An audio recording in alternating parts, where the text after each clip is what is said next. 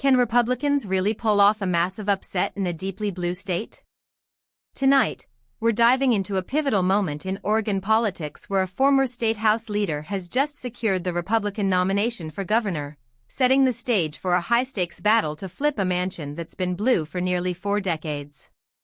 Before we dive into the details, if you want to stay on top of everything happening in U.S. politics, hit that subscribe button right now and leave a like.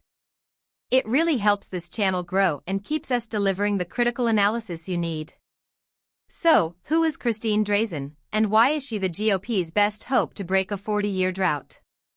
Drazan, the former Oregon House Minority Leader, emerged victorious from a crowded Republican primary, a field that included some familiar names and profiles.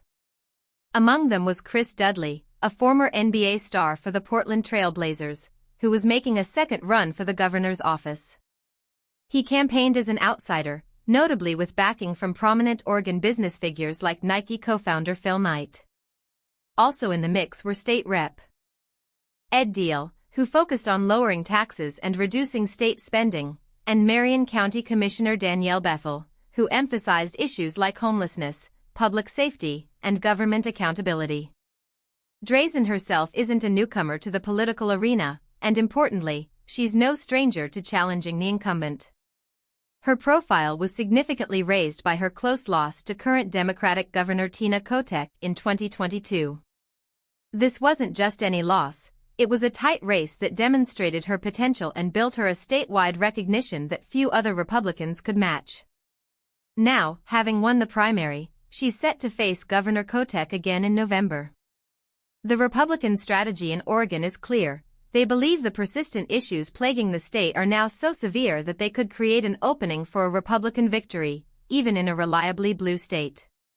What are these issues? The Republicans running heavily emphasized homelessness, public safety concerns, the ongoing drug crisis, and the soaring cost of living. Their argument is straightforward.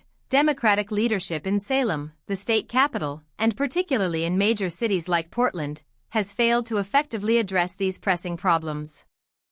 They point to rising unsheltered populations, the struggle to expand housing capacity, and a general sense of decline. For the GOP, this isn't just about winning an election, it's about a fundamental shift in a state that has firmly rejected them at the gubernatorial level since 1982. The 2026 midterms, while still a ways off, are already shaping up to be critical, and races like this in Oregon offer a real test of whether the national political winds can blow blue states red. On the Democratic side, Governor Kotek, while drawing little opposition in her own primary bid for a second term, is not without her critics. She's faced significant headwinds over her handling of the homelessness crisis, including the visible increase in people living unsheltered and the slow pace of housing solutions. Education and transportation funding have also been areas of concern for some voters. However, she has the advantage of incumbency and the deep Democratic infrastructure in the state.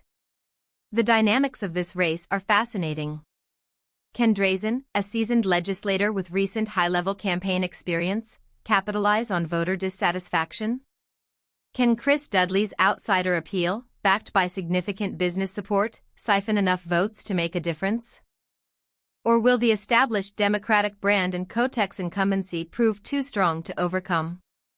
The Republican Party is certainly hoping that the tangible struggles of everyday Oregonians with crime, housing, and affordability will outweigh party loyalty and finally deliver them the governorship. This is a race to watch, a potential bellwether for how national issues are playing out at the state level in traditionally non-competitive territories. So, what do you think about Christine Drazan securing the nomination and the GOP's chances in Oregon? Can they finally break the decades-long Democratic streak, or will Governor Kotek hold the line? Drop your opinion in the comments below. I read every single one. This is going to be one of the most compelling races to track as we head towards November.